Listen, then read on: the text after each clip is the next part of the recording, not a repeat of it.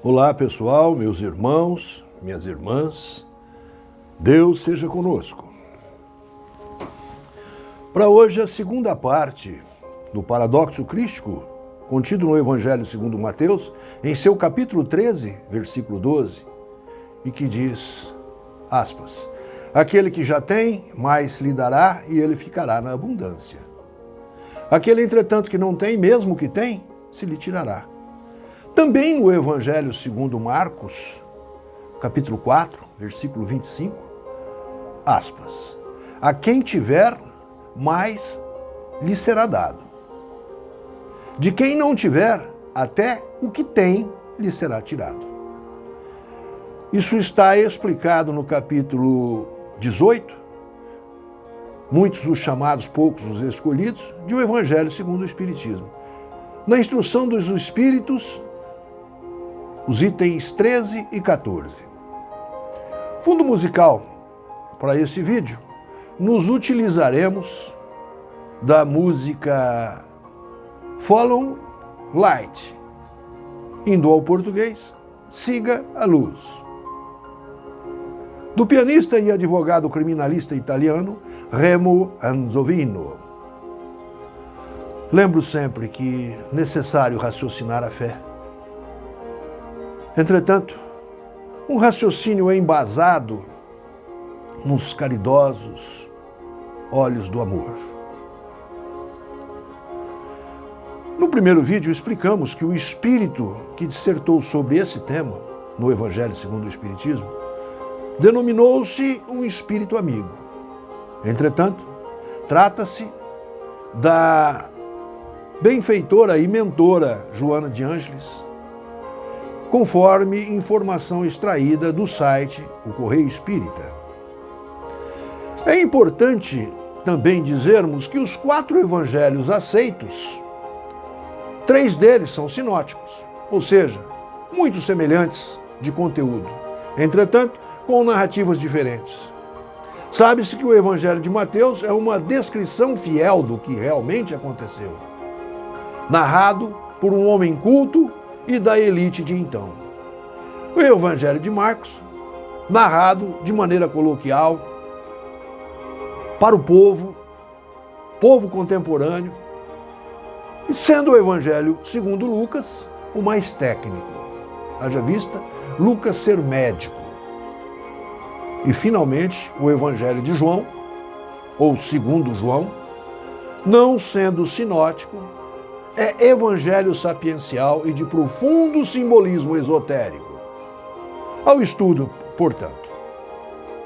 De igual modo, pois sinóptico, o capítulo 4 de O Evangelho segundo Marcos, é a parábola do semeador em narrativa um pouco mais coloquial aos contemporâneos de então.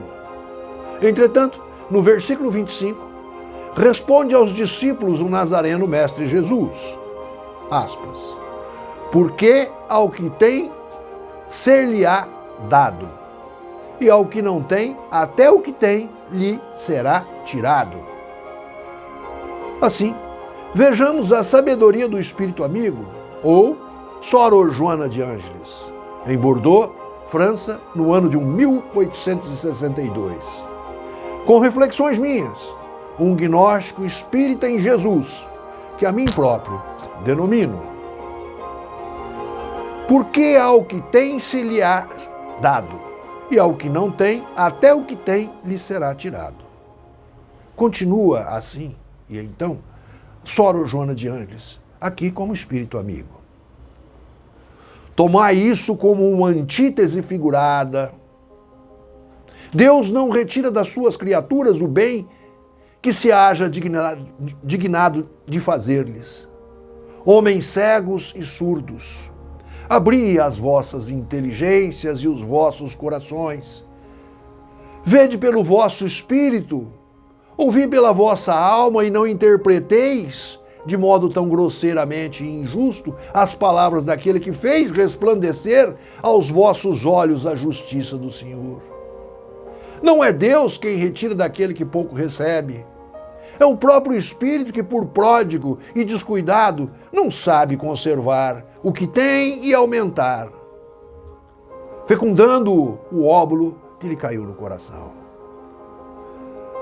Aquele que não cultiva o campo que o trabalho de seu pai lhe granjeou e que lhe coube em herança, o vê cobrir-se de ervas parasitas. Então é seu pai quem lhe tira as colheitas que ele não quis preparar? Se a falta de cuidado deixou fornecer as sementes destinadas a produzir nesse campo, é a seu pai que lhe cabe acusar por nada produzirem elas? Não e não. Em vez de acusar aquele que tudo lhe prepara, de criticar as doações que recebera, queixa-se do verdadeiro autor das suas misérias e, arrependendo e operoso, meta corajoso mãos à obra. Arroteie o óbolo ingrato com o esforço de sua vontade, lavre o fundo com o auxílio do arrependimento e da esperança, lança nele, confiante a semente que haja preparado, por boa dentre as más. Regue-o com o seu amor e a sua caridade. E Deus, o Deus de amor e de caridade, dará àquele que já recebera. Verá ele então coroados de êxitos os seus esforços, e um grão produzir 100 e outros grãos produzirem 1000. Ânimo!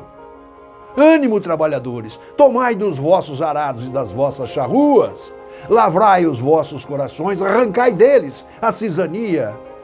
Semeai a boa semente que o Senhor vos confia, e o orvalho do amor lhe fará produzir os frutos da caridade. Agora, falando eu, de minha parte, meus queridos irmãos e irmãs, como acrescentar algo às palavras já maravilhosas e poeticamente ditas pela sábia Madre Joana de Ângeles?